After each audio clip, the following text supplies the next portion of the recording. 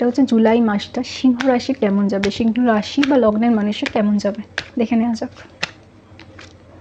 আচ্ছা, জাস্টিস এটা হচ্ছে কিন্তু জেনারেল, মানে আমি দেখছি যারা সিংহ রাশির মানুষ বা সিংহ লগ্নের মানুষ রয়েছে তারা অনেক দিন ধরে চেষ্টা করছেন যে একটা কোনো কিছু একটা স্পেসিফিক কাজের জন্য বা একটা স্পেসিফিক গোল তাদের মাইন্ডে আছে, সেটার জন্য কিন্তু অনেক দিন ধরে তারা খাটাখাটনি করছেন বা অনেক দিন ধরে কিন্তু সময় তারা দিচ্ছেন। তো সেইটা ফাইনালি কিন্তু ভালো হবে। সেই যে জাস্টিসটা মানে কাজ আপনারা যে হার্ডওয়ার্ক করছেন, আপনারা নিজের টাইম এনার্জি দিচ্ছেন, সেইটা কিন্তু ফাইনালি আপনার আউটকামটা পাবেন, আপনার যে ইচ্ছাটা সেটা কিন্তু পূরণ হবে। ঠিক আছে, এবার আমি একটু স্পেসিফিক্যালি দেখে নেবো ফিনান্সিয়ালি জুলাই মাসটা কেমন যাবে, দেখে নেওয়া যাক ফিনান্সিয়ালি কেমন যাবে।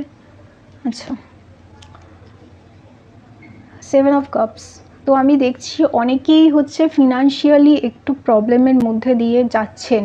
ঠিক আছে, মানে অনেকেই যে ফিনান্সিয়াল গোলটা আপনাদের মনের ইচ্ছা আছে যে এই পরিমাণ ফিনান্সিয়াল সিকিউরিটি আমার দরকার, এই পরিমাণ টাকা পয়সা আমার আসলে ভালো হয়, সেইটা কিন্তু কোথাও না কোথাও মানে একসাথে সেটা হচ্ছে না, সেই পরিমাণ অর্থ আসছে না। আপনারা যা এক্সপেক্ট করছেন সেই পরিমাণ অর্থ আসছে না, না আসলেও খরচা হয়ে যাচ্ছে। ঠিক আছে, মানে যা আসছে তার থেকে বেশি পরিমাণে খরচা হয়ে যাচ্ছে, আপনারা কিন্তু সেই অনুপাতে সেভিংস করতে পারছেন না।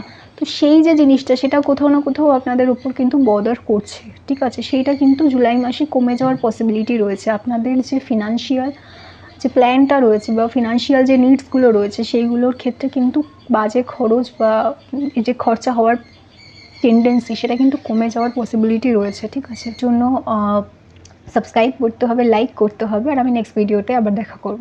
বাই।